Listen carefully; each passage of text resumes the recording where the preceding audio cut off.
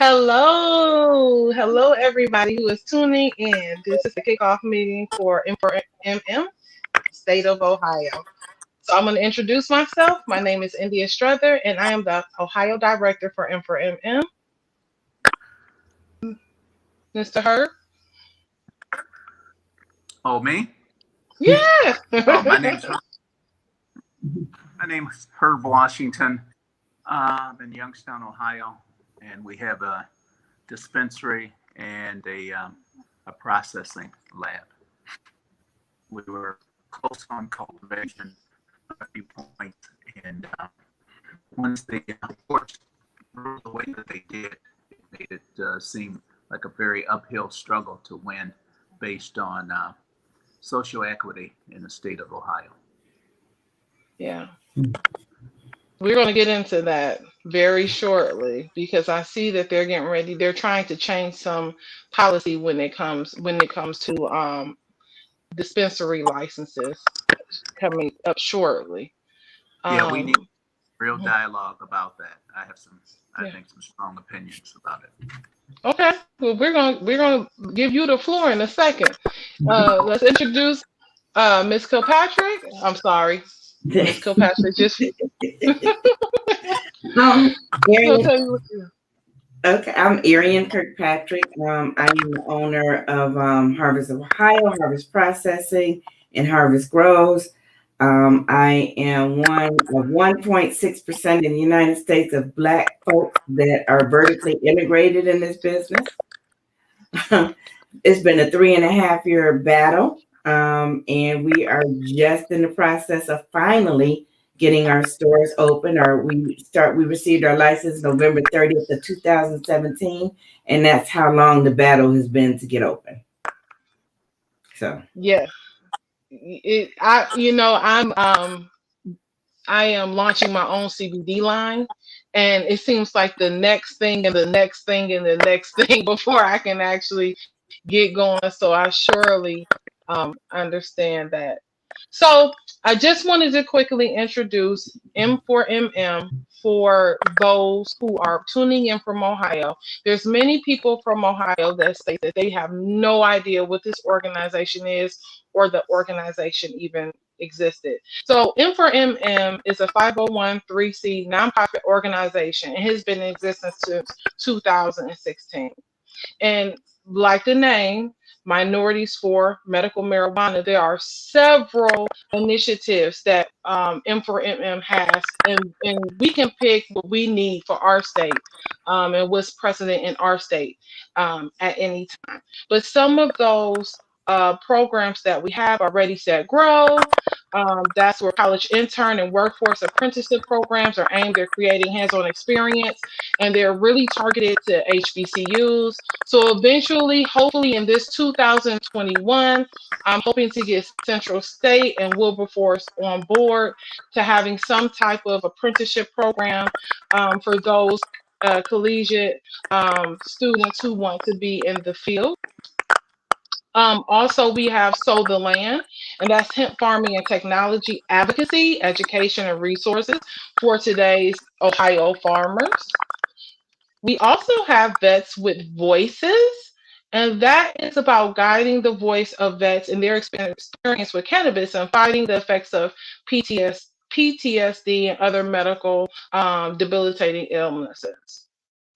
We have Let's Talk Cannabis, which is community education forums focused on providing the utmost updated and relevant state-specific cannabis public policy and legalization updates, which is so very important.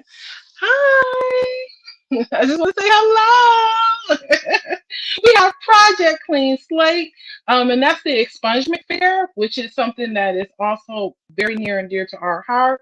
And then Cannabis Business Licensing Boot Camp, in which I'm sure we'll work very hard to bring that to our communities so they will have a real thorough and transparent understanding of what it takes to get into the industry, and also focusing on providing the social equity that is needed, especially here in Ohio.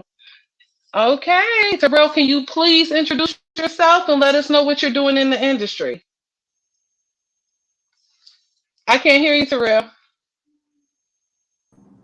There we go. Sorry about that. Okay. I'm Terrell Washington, CEO of Quest Wellness Companies, working with my father, Herb. I run all the operation side of things in the dispensary and for processing. The operations piece is my passion, and excited to be a part of the industry because it is truly a privilege. And I'm excited to even be in you guys' presence because we all need to come together to formulate what is the most important things that we need to tackle in Ohio in 2021. Even with COVID being around, there is some legislation that's happened. But I want to give your father the floor for a second and let him talk about dispensary, the laws, and you as well. And what are some obstacles you guys have come against in doing this in Ohio? That I've learned over my years is that let the expert go first. And Terrell is truly an expert Okay. because he is thoroughly immersed on a day-to-day basis. As a matter of fact, we spent time together today at the dispensary, just thinking about the up and coming month, what's going on, and so on and so forth. But I think that given how he interfaces with all three legs of the vertical integration in terms of growers, processing, and other dispensary owners, I think that he can probably start us off and give a real good feel and kind of level set what our experience has been. I can talk at that point if there's a need, talk about the process itself and how we got where we were, troubles that we have had or didn't have as it related to getting them. Quite frankly, opening the dispensary for us really was pretty seamless, and I think in part because of our retail background. We're in the McDonald's franchise have been for 40 years, so opening up retail outlets, we do that all the time. So I think that was a major help for us. But with that being said, I'll turn it over to Well, thank you. And like you said, our experience opening up the dispensary was much easier. I felt it was a breeze considering I had just done 5 remodels in the previous year. So just doing one seemed like nothing. But again, it was because used to doing it. I think one of the biggest obstacles is because you have 2/3 of the industry governed by one body, being the Board of Commerce, and then you got dispensaries being governed by Board of Pharmacy. You have 2 different sets of rules. So if you're just a dispensary, or you're a grower, you're playing by different rules. Most specifically, when it comes to advertising, in terms of what they can do versus what we can do. And I think the other obstacle is you got a lot of we're independently owned, so we don't exactly have the resources and the support that some of the larger multi-state operators do. But I think that also was a great benefit to us because it gave us the freedom to move and do some things a whole lot quicker than some other people would be able to. So for those people who are watching and they're like, okay, you have this dispensary. I want to be like you when I grow up. What type of capital does it take for the average person to be able to have a dispensary and it's including compliance, including equipment, including all of that. What type of capital should someone bring to the table to have a successful dispensary? Adrian, you want to address that? So my story is a little different and sort of lead up into the Capitol. I and Herbert, the Washington family, they're being very modest. They've been in business for a few years. I believe they are the largest minority-owned McDonald's franchise in Ohio. And I should be correcting this thing for some years. So I've always idoled someone like her. I mean, watching to see what he does, and never really thought that we would be peers in this type of business. So I didn't have that type of capital, but I had the business savviness. And when they started the minority set aside program, and my son talked to me and said, "Hey, let's give this a try." I'm like, "They're really not going to let us in. It's this not for Black folks. They're not going to let us in." And he convinced me to look differently. And there were 3 different companies that we looked at as far as partnering, as far as some of the MSOs, the major companies. And then we finally picked Harvest. We thought that we would gel really well, and we put in our applications and we successfully won. Now, mind you, we were vetted for quite some time before we won our license. But then after the vetting stage in November, after we won, the first lawsuits came against us and the state of Ohio for those that did not win a license. What experience does she have? Who is she? Does she have a criminal record? Is she Black? Is she say anything and everything that you could possibly imagine? It was actually horrific. It was pretty much I mean, if I wouldn't have just got so far in, because there at some point I just couldn't quit. I mean, I had strange people calling me that did not win, that I mean, where my life felt threatened, where my character was judged, where I mean, it was almost one of the worst things that really happened to me. So it was hard. And as I was building, you know, I'm borrowing money from my partners. So I borrowed money. I've been in business and construction business, and I've done this before. I've worked on partnerships. I've done acquisitions where I've bought my partners out. And this was the same mindset that I had. But being a Black woman, I was not allowed to think like that. You know, I was looked at as a front, not knowing what I was doing, you know, how to run business. And oh my gosh, it was just absolutely terrible. So for that first year, that was fighting off all of those people, building lawsuits. So already we need a minority set aside program, because the access to capital is different for people that look like me. But I'm spending money. So now I'm further in debt. I mean, I'm in debt millions of dollars right now. This is not a gift that they just gave to me and said, "Oh, hey, little Black girl, you know, you want to get in business with us?" No, I signed real documents, real paperwork, and real green dollars towards this, right, because with my partners. So the access to capital and the capital to get in a business like this is not the same for those big companies. But one thing that I did learn is my part. They borrow money. Everybody borrow money. Now I don't know how the heck they figure out to buy money, because it's supposed to be a Schedule I drug, but they figure it out. And I knew I couldn't do that without their partnership.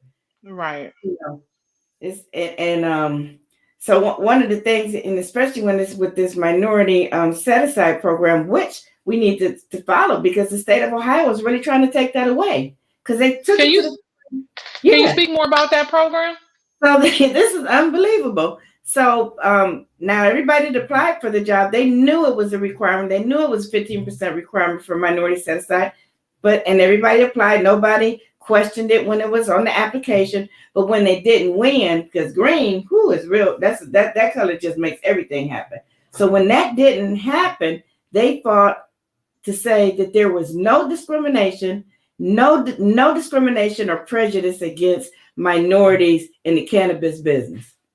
Come on now. Right. I mean, and so they successfully took it to the Supreme Court, and they won.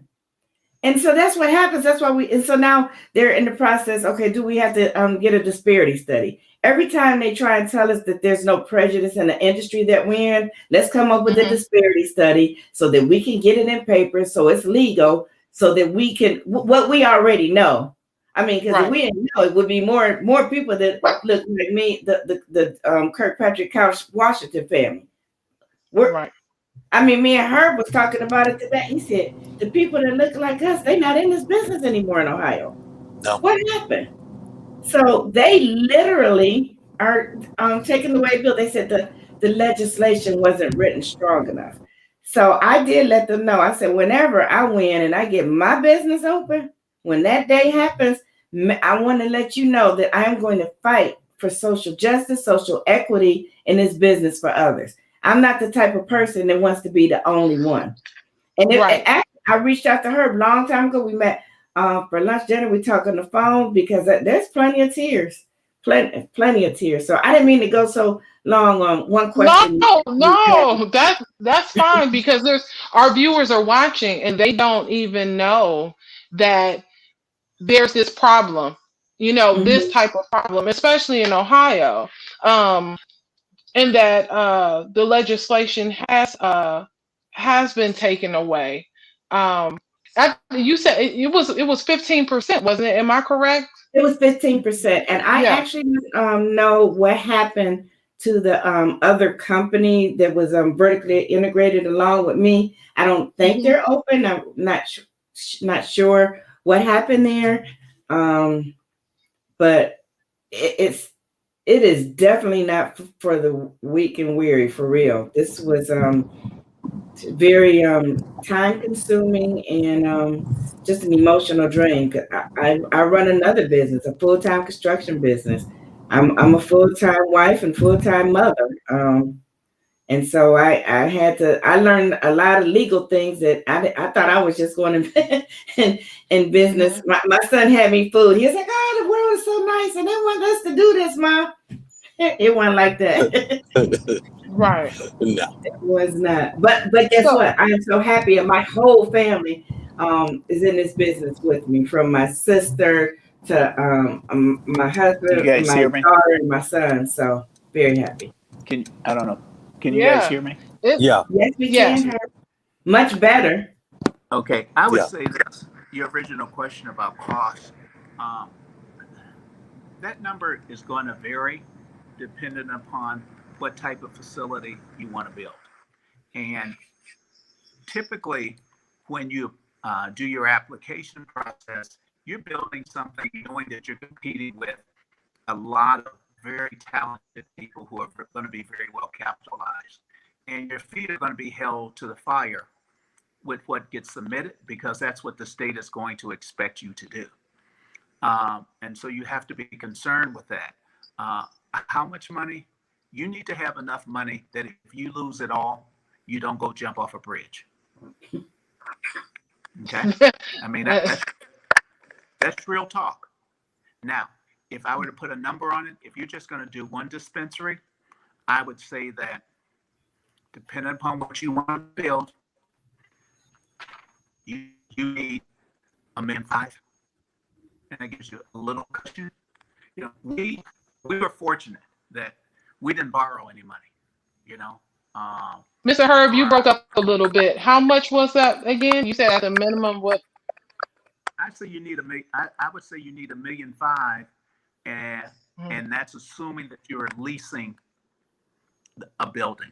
That's not new construction. Now, if you got to build a building, it's going to be even Mhm. higher. And if they see you coming and knowing that it's going to be a marijuana facility, add Mhm. another 30-40% to what the prevailing market rate is going to be. So, those are the kinds of things that you need to be aware of. As it relates to the social justice and equity pieces, when you look at places right next door in Michigan, you look in Illinois, California, just to name a few. Those legislators, those mayors, those city council people, let's take Detroit. In Detroit right now, they are going to have 75 um, dispensary licenses. They're going to have an unlimited amount of processing licenses and an unlimited amount of growing license, right?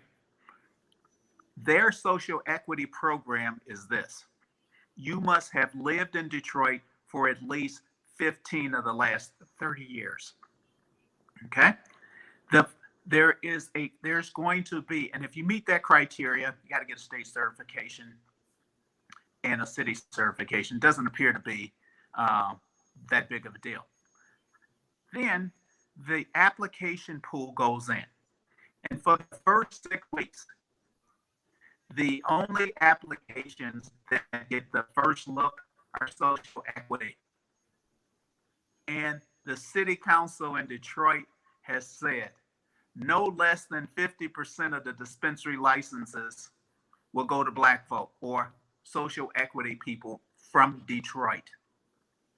Now, in Michigan, they have people who have medical marijuana dispensaries open. Guess what? They don't get a priority. They are not grandfathered in on these 75 licenses. So unless they team up with a legacy Detroiter, their license means nothing. And that legacy person has to have 51%. So, and Chicago is similar, except that Chicago didn't go so far as to say that 35% of these licenses have to go to, minorities or social equity individuals. We in Ohio are extremely conservative. Take a look at gaming. Why did Michigan have gaming? Why did Pennsylvania have gaming?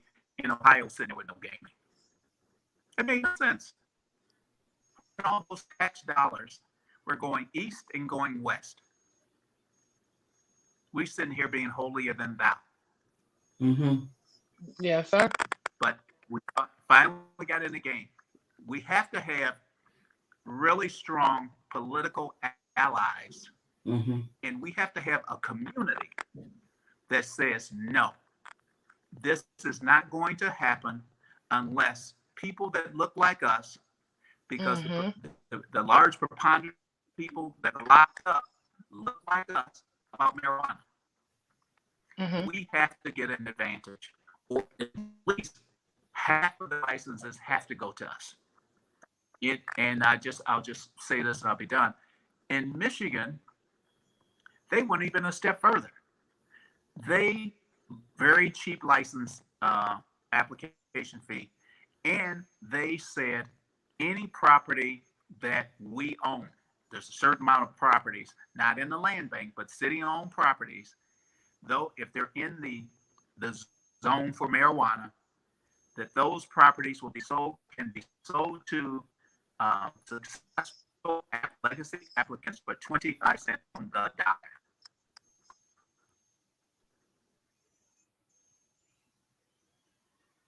So I just want to take a moment while Herb gets back on to reset the room. This is the Ohio chapter of M4MM. And today we're talking about social equity. We're talking about the needs of Ohio. We're talking about capital. We're talking about a little bit of everything. Shout out to our founder, Ron McCarthy. Thank you so much for creating this organization. Another shout out is to Kit Grimes. Thank you so much. She's our COO. And thank you so much for Eric Range. He is the chairman.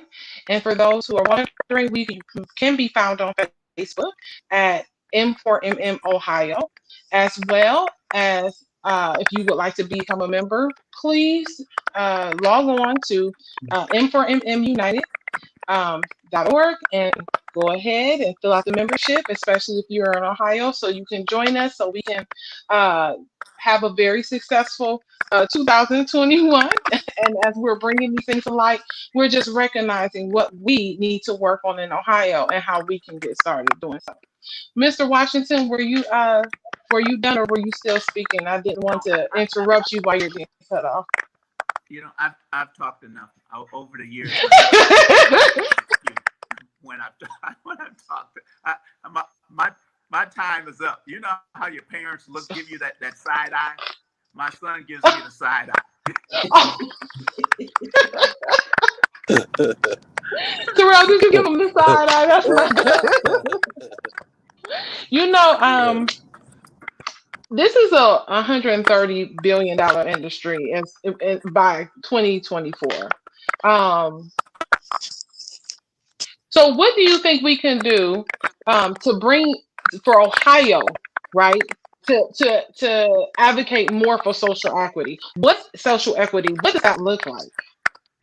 Well, before I, we get right to that, in my mind, I'd like for us to talk. I ain't trying to bogart the thing, but I'd like for us to talk about pending laws or pending changes that affect us that are already in the business, i.e., expansion in the current field, because Mm-hmm. it appears to me that there is a undercurrent about adding dispensaries.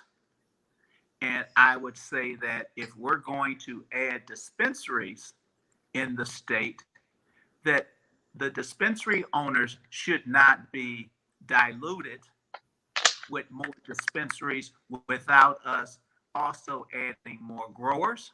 Because I would tell you, there's plenty of times when we don't have enough flower. Okay.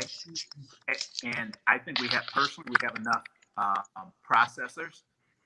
The only other caveat that I would add, if that is going to be the case, let those folks who are already in the industry have the first opportunity, especially those who are of color and haven't Mm-hmm. maxed out. Let them have the first opportunity for growth. Right.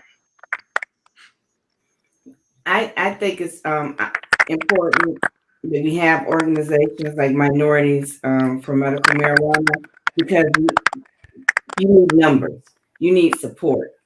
I did not know how to ask for that support while I was going through this process, just because it was just like I didn't know what was going on. I didn't know who to turn to or who to reach to, except for the attorneys at that time. I am so glad that you all are here now and kicking off here in Ohio, so that we can have some of the things that Herb was talking about as far as when they make these laws, when the adult use comes, make sure that we're not shut out. Right. For example, you brought up Central State and Wilberforce. Central State was one of the schools that one of the locations that won for a testing location, but Mm-hmm. because it's a Schedule One drug, they were in danger of losing their financial aid support because it's federal, so they couldn't do the testing, and that went on for a long time. Now, it's and because that's a HBCU, but I know a Right. school is. I know that they're doing programs at Ohio State or some of the biggest programs like that come together so that we can support Central State so that they can have that program. They would not have been in danger because that was a big deal for them to win one of the two testing licenses all in the state of Ohio. But a technicality prevented that from going further. And I understand about those technicalities and not having the money to fight that case and continue on. So an organization like yours being in Ohio is needed.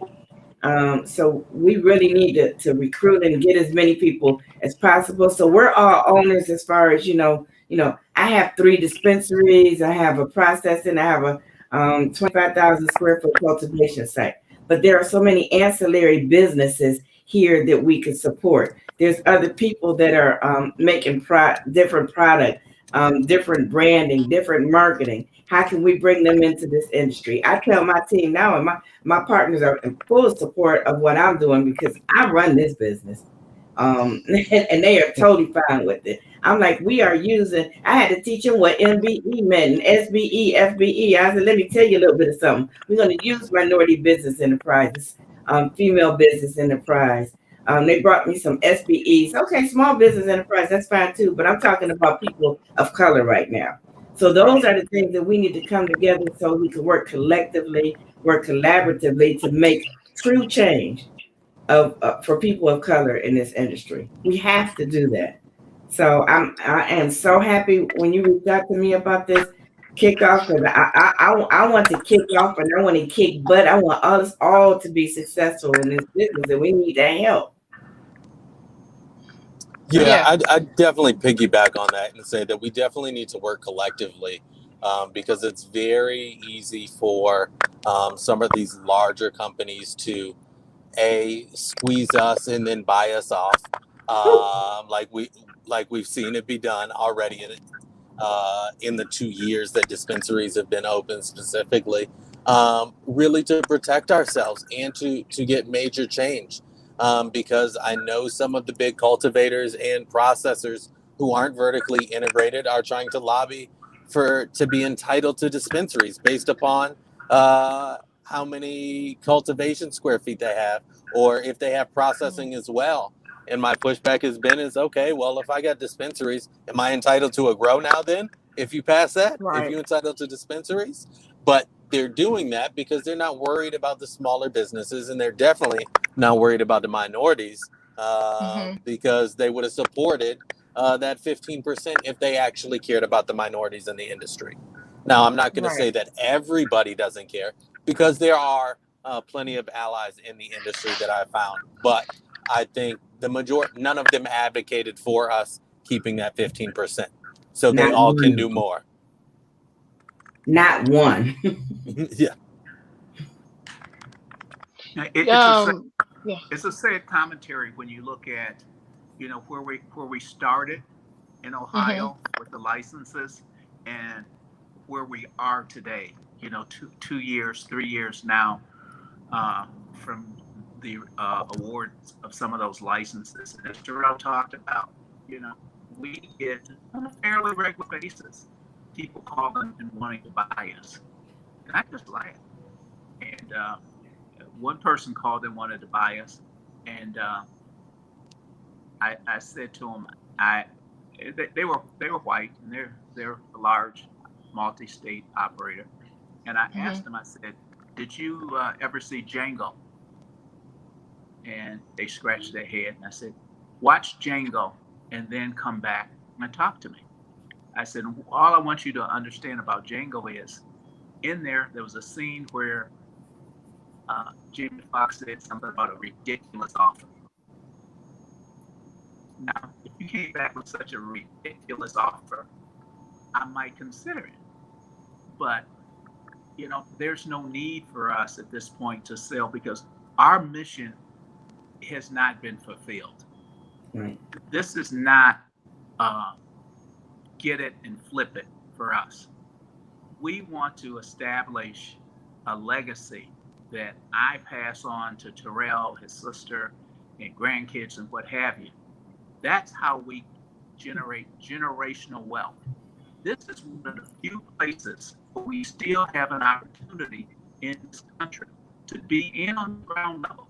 And in this space, marijuana, you're still, if you can get in, I think for the large part, you're still in at the ground level. And that isn't going to happen for us.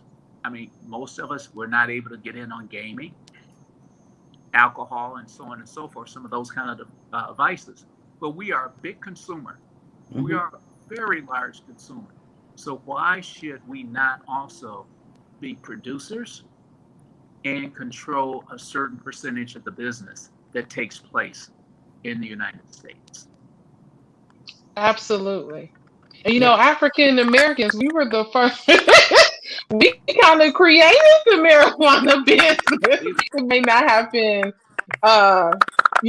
totally legal, but we have, and that just segues into my next comment, which is, I am loving that we are going to be operating out of a program called Project Clean Slate. And so we have a lot of African Americans that are probably sitting in Ohio jails or prisons because of them using recreational or adult recreational cannabis. I always take a deep breath when I do this because I know how many of my kids, during the day, I'm a school counselor. So I know how many of my kids are left without parents because of laws. I recently read an article about a young man who was doing 7 years and all he had was one blunt, and they gave him 7 years for one blunt.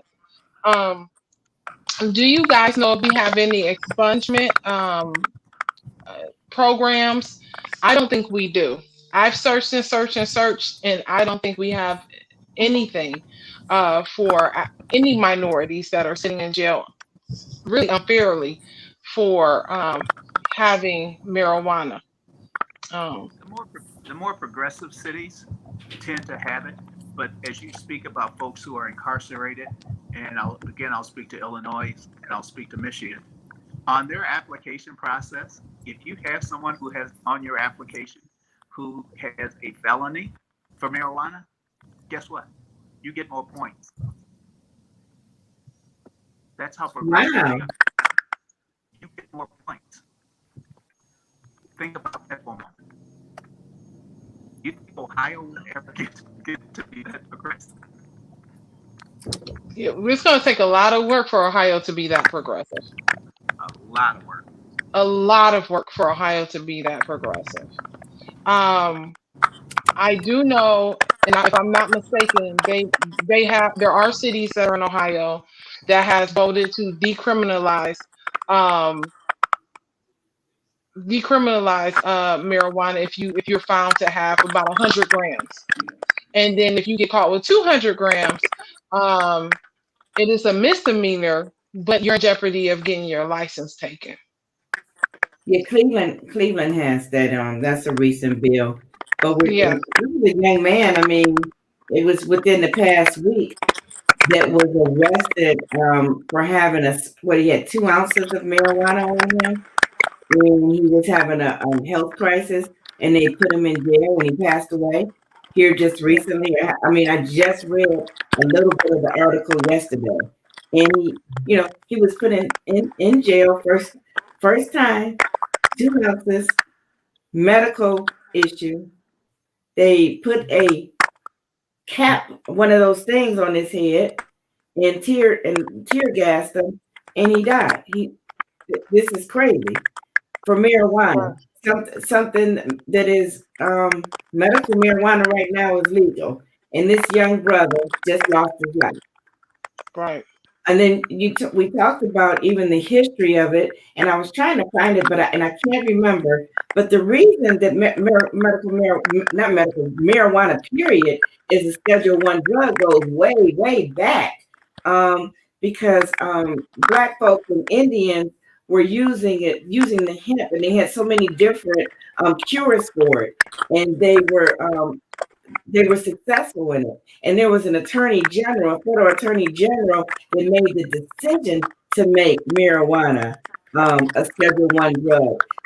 That was a thing of racism back then. So that's how it's carried on and carried on.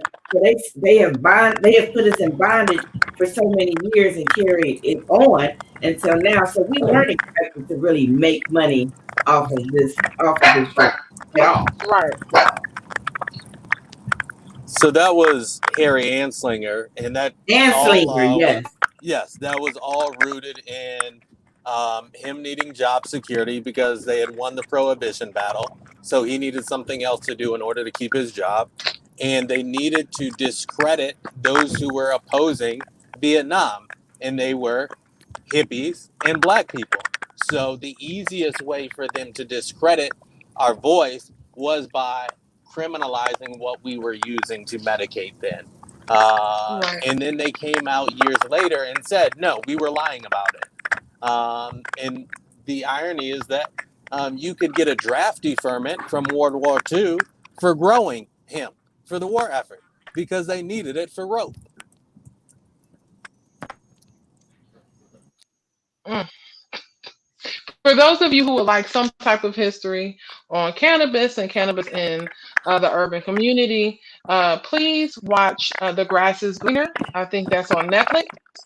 It will help you have a lot more insight on the history of marijuana and how we came from using marijuana or cannabis to heal patients to it going from legal to not legal. Now we're legal again. So make sure you check out that documentary on Netflix. It's called The Grass is Greener.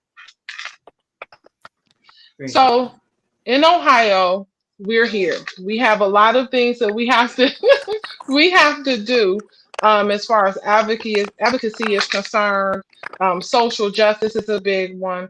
But then we have the education part of it, that we need to educate the community because I grew up on there. So everything about cannabis was deemed to be negative and bad. And I think that, especially in Ohio, just from my experience, that that's still kind of the underlying thought. So to even think that they can get into the industry, we have to dispel some of those untruths about cannabis. And how do you think we can, what would you think, say, to how can we start that? Like, how can we start to dispel the myths and the untruths that people who do not look like us happen to put into play? Well, to me, it's obvious, and especially I'm loving listening to Terrell. We have to show that we're savvy business folks. We have to show that we need to be included. We need to run our businesses the way that they should be run. But we need to keep, unfortunately, pushing and fighting for it. It's hard to dispel when it's just two of us. But right now, we need all the support that we can get so that we can bring others up. Just like Herb said, we're building legacies for our families. But what I always also say is, not only am I building a legacy for my children and family to be in, I'm building a legacy for a community. You look, when I went to take my son to his first job in Winston-Salem, where was I? Winston-Salem, all the tobacco companies were there. And I was like, wow, RJ Reynolds, all of them were there.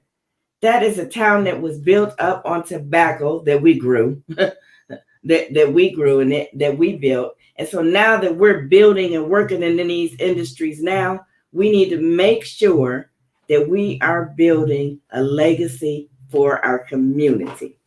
That's how we start dispelling. We need to be active in the social justice fight. We need to be active in the social equity. If we sit alone and stand alone, we are not doing anything but it's self-serving.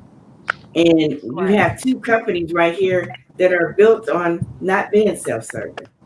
So that's how we dispel it. We reach out, we build. I think the education piece is big because not enough of us are getting opportunities, even on the ground level. And so whether that is educating ourselves, there's tons of different programs, whether they be online curriculums or schools, that we're educating ourselves so that when we get the opportunity, we're prepared for it, because we know we're already going to have a strike against us.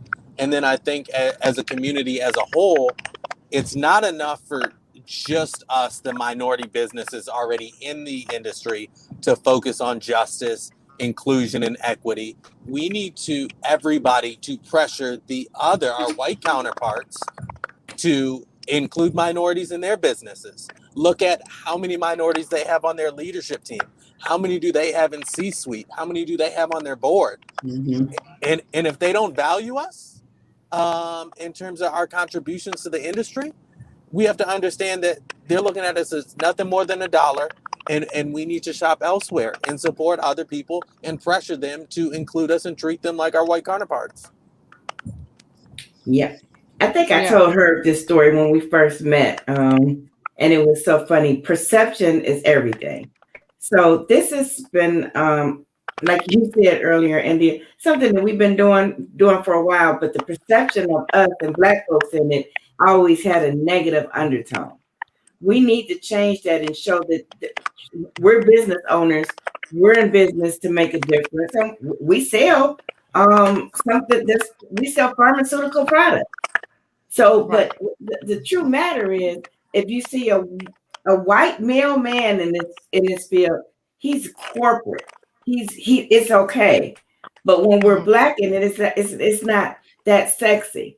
And I said this story one day when I was looking, when I did something with Diversity Matters with a group of folks, and I was in a suburb of Cleveland, and there was a white gentleman with some jeans on, some loafers, and he went into the wine store, to the winery, and he bought a bottle of wine, no bag, came out and got in his car and left. And I was looking and I said, wow. Now if you would have gone down the street to Mookie's, Black man coming in, I had a white t-shirt, had a bottle of wine, came out, got in his car, you look at him different. So you see this white man look at me like, oh wow, he's gonna sit and have a nice glass. Wonder what kind of wine does he have? Merlot or Malbec? You see the brother coming out with a tight white t-shirt and coming out with the wine. It's a totally different perception and picture that you see. Let's change the narrative of that picture. Change that narrative. So as we wrap up, I want to be able to meet with you guys, just us, and not so much on the public platform, so we can really get into the nitty gritty of what we're going to do as far as legislation is concerned, advocating for social equity with the programs that maybe we want to get our knee deep in for Ohio, just to see what we need the most in Ohio. So look for a Zoom link or a conversation for me, correspondence from me, excuse me, very shortly. So we can get on Zoom and really get into the needs and nuts and bolts of Ohio. But as I'm wrapping up, I appreciate every last one of you coming on, giving some insight on what's going on in Ohio and what Ohio needs. But as I wrap up, I want to give each of you a chance to tell the audience what you do again, and also where can they find you if you want to be found on social media or your business. Please promote your business. I guess I'll go first. So again, I'm Terrell Washington, head of operations for Leaf Relief Dispensaries and Processing Facility. If you want to find me where I actually talk about the cannabis business, you can find me on Clubhouse at Ohio Cannaboss. So Ohio CANNABOSS, Ohio Cannaboss on Clubhouse. I'm usually in multiple rooms talking about leadership as well as developments in the cannabis industry throughout the week. So that's where you can find me if you want to find me. Wow, I just love these young folks because I just figured out how to stop my little, trying to put my notification on for Clubhouse. I just got asked to speak on Clubhouse today on 420. I'm like, oh my gosh, how to do that? I love that, Terrell. So I'm gonna have to check it out because I just got it. So I got to figure out how to find you. So, like I said, we are just recently opening after our whole legal battle. And so we should be open in the next 45 days. And you did ask the capital question. I'm almost $15 million in. So I own 3 locations. So we have the dispensary sites in Athens, Beaver Creek, and Columbus. And then my cultivation site is in Ironton, Ohio. And that was built from the ground up. And the other 3 were totally renovations. Thank goodness during my renovations, I had my construction company and I had to take all of that over. But that's where we are. I don't know how you find me except for coming to that location because I haven't hooked up my social media yet. But I'm going to call Terrell tomorrow and say, hey, bro, man, Cannaboss, help me figure that out. So, but I'm Arian Kirkpatrick. So I do have a Facebook page. That's the only thing I know how to use now a little bit. We'll get you set up really good. Yeah. I got you. Okay. Well, I'm at the other end of the spectrum. I don't do social media. And by design, I'd be too pissed off. So, well, thank you for joining us here. That is very true. What's that, T? I said that's very true. So I don't do social media. I don't miss it. Between Terrell, my daughter, if it's really something out there, they tell me how to get to it. I can get to it. I'll do the Zoom and WebEx and all of that. But yes, Herb, sir. Yeah, but you can get me Herb at HLW, F as in Fred, T as in time. Yes, sir. And my name is India Struther. You can like my Instagram, which is my CBD line, which is Green Mystic Organica. It's all one word. Or India Stevonne, STEVONNE on Facebook. And as we move forward, as we go through the rest of 2021, we're going to be looking at legislation. We're going to be looking at advocating for social equity. We're going to revisit the Central State little hiccup so we can make sure that they get what they deserve as far as leading the way and having our HBCUs leading the way in the cannabis industry or for their apprenticeships. And so there's a lot more to come. Hopefully soon you'll be hearing about more social justice and social equity, social justice in Ohio with our project Clean Slate. So that probably will be our next conversation coming in. So we'll get a couple of experts in and see how we can advocate for our inmates who are unjustly locked up for having cannabis on them. It's 2021, so we need to clean up some old mess and introduce this business to our black and brown brothers and sisters to make sure that they have a fighting chance like everyone else. So thank you so much for tuning in. Again, my name is India Struther, and I am the Ohio Director for M4MM, and we'll see you shortly. Thank you.